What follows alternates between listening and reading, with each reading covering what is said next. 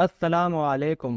ऐसे जिन्नात जो हर घर में होते हैं। दोस्तों, क्या आप जानते हैं कि जिन्नात किस तरह हमारे घरों में दाखिल होते हैं और कहाँ रहते हैं, और वे हमारे साथ किस खाने में शरीक होते हैं, और इन्हें घर से निकालने के लिए क्या करना चाहिए?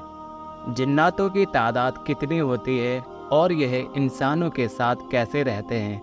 इन सारे सवालों के जवाबों के बारे में हम आज इस वीडियो में तफसील से बात करेंगे। हज़रत इब्ने उमर रज़ी अल्लाह अन्हु फरमाते हैं कि चौथी ज़मीन के ऊपर और तीसरी ज़मीन के नीचे इस कदर जिन्नात रहते हैं कि अगर यह तुम्हारे सामने ज़मीन और आसमान के बीच आ जाए तो उनकी तादाद की वजह से तुम्हें सूरज की रोशनी तक ना दिखाई दे, यानी हर तरफ अंधेरा हो जाए। इसी तरह हज़रत उमर बिकाली रज़ी अल्लाह अन्हु जिन्नात की तादाद और पैदाइश के हवाले से फरमाते हैं कि जब इंसान के यहाँ एक बच्चा पैदा होता है तो जिन्नात के यहाँ 9 बच्चे पैदा होते हैं, यानी जिन्नातों की तादाद इंसानों की तादाद से 9 गुना ज़्यादा है। इसी तरह एक अंदाजे के मुताबिक अगर दुनिया में इंसानों की तादाद 7 अरब से ज़्यादा है तो जिन्नातों की तादाद 63 अरब से ज़्यादा होगी, लेकिन यह सिर्फ ऊपर बताई गई हदीस के मुताबिक अंदाज़ा लगाया गया है, जबकि सही तादाद तो अल्लाह रब्बुल इज़्ज़त को ही मालूम है। हज़रत अबू हुरैरा से रिवायत है कि नबी सल्लल्लाहु अलैहि वसल्लम ने इरशाद फरमाया कि मेरे लिए कोई पत्थर ढूंढ कर लाओ जिससे मैं इस्तंजा कर सकूं, लेकिन हड्डी और लीद मत लाना। हज़रत अबू हुरैरा ने एक पत्थर दिया।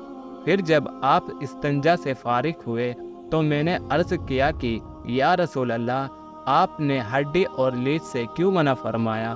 तो नबी सल्लल्लाहु अलैहि वसल्लम ने इरशाद फरमाया कि हड्डी और लीद जिन्नातों की खुराक है, यानी गिज़ा है, और फरमाया मेरे पास नसीबइन जिन्नों का एक ग्रुप आया था। उन्होंने मुझसे खुराक मांगी तो मैंने अल्लाह ताला से दुआ की, या अल्लाह, यह जिन जिस भी हड्डी और लीद के पास से गुजरे इसी पर अपने गिज़ा मौजूद पाए। यानी बुखारी शरीफ की हदीस से साबित है कि हड्डी और लीद जिन्नातों की पसंदीदा खुराकों में से एक है। नजहातुल कारी जिल्द 7 में है कि जननायक भी हड्डी को लेते हैं, उस पर गोश्त आ जाता है, और जिस लीद या गोबर को लेते हैं वह इनके लिए दाना या फल बन जाता है। गोबर तो नापाक है तो इसका खाना जायज़ कैसे है? वह इसलिए है कि माहियत बदलने से नापाक चीज़ भी पाक हो जाती है। जिन्नात हड्डियों और लीद के अलावा भी कई चीज़ें खाते हैं, जैसे कि हज़रत उमर रज़ी अल्लाह अन्हु ने उस अंसारी शख्स से पूछा था जो जिन्नातों के चुंगल से बचकर भागकर आया था कि बताओ जिन्नातों की ग़िज़ाएँ क्या है? तो उसने अर्ज़ किया कि वह लोबिया खाते हैं और वे हर चीज़ खाते हैं जिस पर अल्लाह का नाम ना लिया गया है। फिर हज़रत उमर ने पूछा कि वे क्या पीते हैं? तो उन अंसारी साहबा ने जवाब दिया कि उनका पीना जथफ है। इससे मुराद या तो वे ऐसी ख़ास है जिससे प्यास नहीं लगती है, फिर वे पानी को जो ढककर नहीं रखा हो। हज़रत जलालुद्दीन सियूती रहमतुल्लाह नकल करते हैं कि तमाम मुसलमानों की घरों की छतों पर जिन्नात रहते हैं। जब इंसान दोपहर और रात के खाने का दस्तरखान बिछाते हैं तो वे जिन्नात भी छतों से उतरकर आ जाते हैं और साथ ही बैठकर खाना शुरू कर देते हैं, और इन्हीं के ज़रिए अल्लाह रब्बुल इज़्ज़त शरीर जिन्नातों को घरों से भगा देता है। यानी न सिर्फ जिन्नात घर में आबाद होते हैं बल्कि इंसानों के साथ खाना भी खाते हैं, और घरों में मौजूद इन नेक जिन्नातों की वजह से शरीर जिन्नात घर से दूर रहते हैं। वे जिन्नात जो घरों में रहते हैं उन्हें आमिर कहा जाता है, और जिसकी ज़मा अम्मार होती है।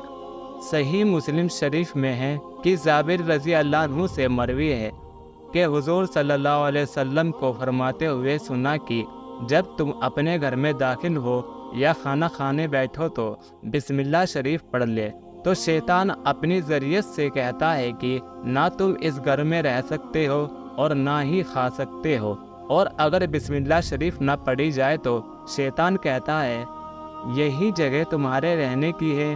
तुम्हें रहने की जगह भी मिल गई, खाने को भी मिल गया। नेक जिन्नातों के बारे में तो हमने बता दिया कि वह मुसलमान घरानों की घर की छत पर रहते हैं, जबकि शरीर जिन्नातों के बारे में है कि वे घर में मौजूद बैतुल खला, कचरे का ढेर और गुसल खाना वगैरह में रहते हैं। यही वजह है कि नबी सल्लल्लाहु अलैहि वसल्लम ने इरशाद फरमाया कि तुम में से कोई अगर बैतुल खला में जाए तो जाने से पहले बैतुल खला जाने की दुआ पढ़ लिया करे।